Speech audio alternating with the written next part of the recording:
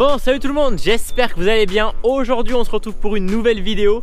Donc qu'est-ce qu'on va faire? Vous voyez le Valtra qui est juste derrière. On va commencer les apports d'azote. Donc là ce qu'on est en train de mettre c'est de l'engrais soufré. Donc c'est de l'azote, il y a 26 unités d'azote pour 32 unités de soufre. Le soufre, qu'est-ce que ça va faire? Ça va permettre à la plante d'absorber plus facilement l'azote. Là on va épandre ça à 200 kg par hectare, ce qui fait qu'on mettra quand même 50 unités, même 52 unités d'azote. Au total on essaie d'en mettre à peu près 150 sur la totalité des épandages. C'est la période de reprise de végétation, donc c'est maintenant qu'il faut faire le coup de boost. Donc les amis, n'hésitez pas à laisser un petit pouce bleu. Je vous mets les petits rushs que j'ai fait hier soir, parce que hier soir j'ai commencé à épandre un petit peu. Et après on se retrouve juste ici.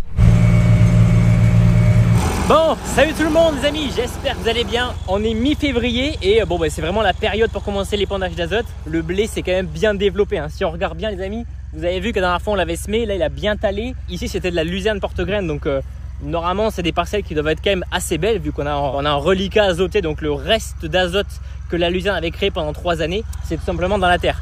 Et vous allez voir que l'azote soufré ça n'a pas la même couleur que l'azote normal. Regardez. Et là c'est vraiment pas mal parce que je suis en train de reprendre exactement les mêmes lignes que j'ai utilisées quand j'ai semé avec la RES. Là en fait tout est synchronisé et du coup je récupère exactement les mêmes lignes, donc on repasse au même endroit. Bon, les GPS que j'utilise, hein, c'est écrit là, c'est Sveverken, donc il y aura évidemment un lien en description. Je suis partenaire avec eux depuis bientôt 3 ans je crois, enfin depuis qu'on a le T4. Allez, faut faire à la main, hein. Je peux pas tout faire, j'ai le téléphone dans une main, je m'aligne, j'active et je démarre. Et là c'est parti.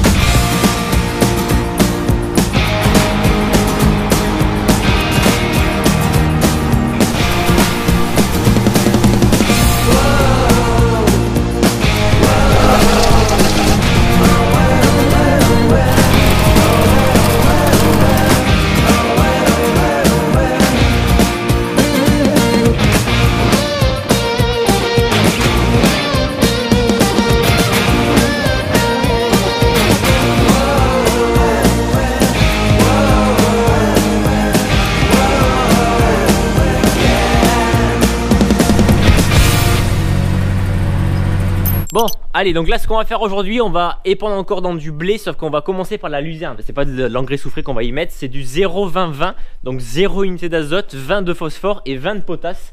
Donc ça c'est pareil, ça va être utile à la plante. Vous savez que la luzerne c'est une légumineuse, donc il n'y a absolument pas besoin d'azote. C'est elle qui récupère l'azote de l'air et qui la renfouit dans le sol. Donc on charge ces 2 sacs et c'est parti, on va épandre ça dans la luzerne.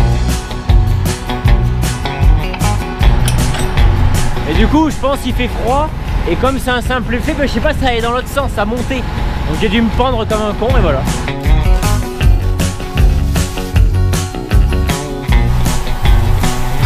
Là à côté on a notre blé, donc ça c'est la parcelle qu'il faudra qu'on aille épandre juste après. Là par contre on n'y mettra pas du 0,20-20 parce que le premier 0 c'est l'azote, hein. Et donc pourquoi on épand du 0,20-20 dans cette luzerne? Attendez, d'abord on rentre dans le champ. Parce qu'à une main c'est bien beau, hein, je fais le fanfaron à une main mais... Comme j'ai dit, 0 d'azote, 20 de phosphore et 20 de potasse. L'azote c'est complètement inutile pour la luzerne. Par contre le phosphore et la potasse c'est plus qu'utile. S'il manque de phosphore, la plante aura du mal à fixer l'azote de l'air. Ça fixe l'azote de l'air et ça les relargue dans le sol par les petites boules blanches de la luzerne. Si vous savez bien, j'essaierai de vous trouver des petites images si je les trouve. Ça sert aussi à développer le système racinaire. Plus il y a de phosphore, plus la plante aura de facilité à créer un système racinaire. Et la potasse ça va surtout servir pour la résistance aux maladies. Et après évidemment la qualité de la luzerne, hein. Comme j'ai dit, les 2 éléments qu'on ajoute c'est indispensable. Allez go. Bon par contre là on va utiliser le GPS, hein, parce que le champ n'avait pas été semé au GPS. Donc là je vais créer mon champ. Tac, je vais dans le champ, on fait nouveau champ. Là on s'en fout, je m'appelle Ster, la ferme. Comment ça la ferme? Et là je vais marquer luzerne 2025. On met de l'engrais. Là on est toujours en 15 mètres. Bref, c'est parti. C'est qu'on allume tout et je vous reprends quand tout est en route quoi. Allez ça y est, on est en route. Donc là je suis en train de créer le champ. Mais en fait comme ça n'a pas été semé au GPS, je reprends exactement les mêmes lignes. Et j'en profite pour créer le champ. Donc là je suis en train de créer ma limite. Une fois que c'est bon, le champ sera créé. Et ce que je peux même faire, c'est enregistrer les lignes, même si elles sont pas droites, indépendamment, pour ensuite se retrouver. On peut faire un passage où on enregistre chaque ligne qui sont pas droites entre guillemets, et après le GPS les retrouvera. Il repassera sur les lignes pas droites mais exactement. Donc c'est quand même intéressant. Tac.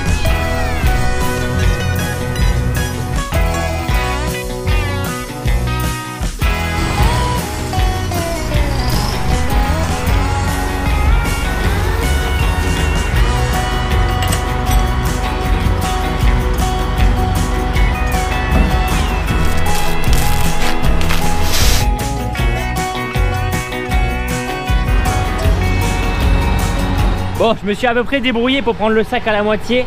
Bon, l'épandeur il est rempli à la moitié. Par contre, bah, je connais des systèmes où en fait tu poses le sac au sol, tu as une pointe qui l'enfonce et après tu peux ouvrir et fermer. Et ça c'est vachement bien pour récupérer juste ce qu'on veut des sacs. Là on coupe, mais quand tu reposes, bah, ça coule un petit peu. Enfin bon, c'est pas pratique. Au pire on essaiera de trouver un système qu'on plante dessous. Je sais que ça existe dans les COP, donc on verra.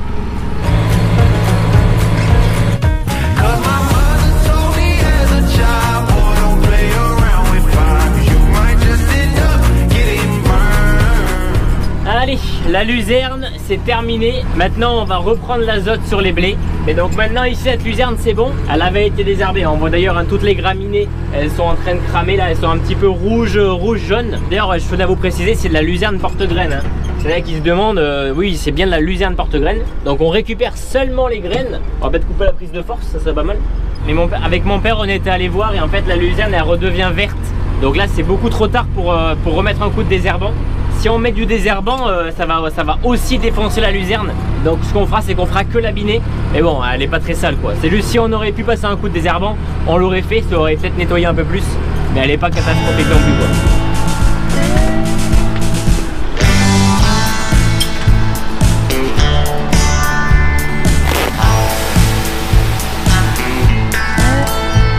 Maintenant, on rattaque avec de l'azote. Donc là on refait de l'azote soufré comme hier.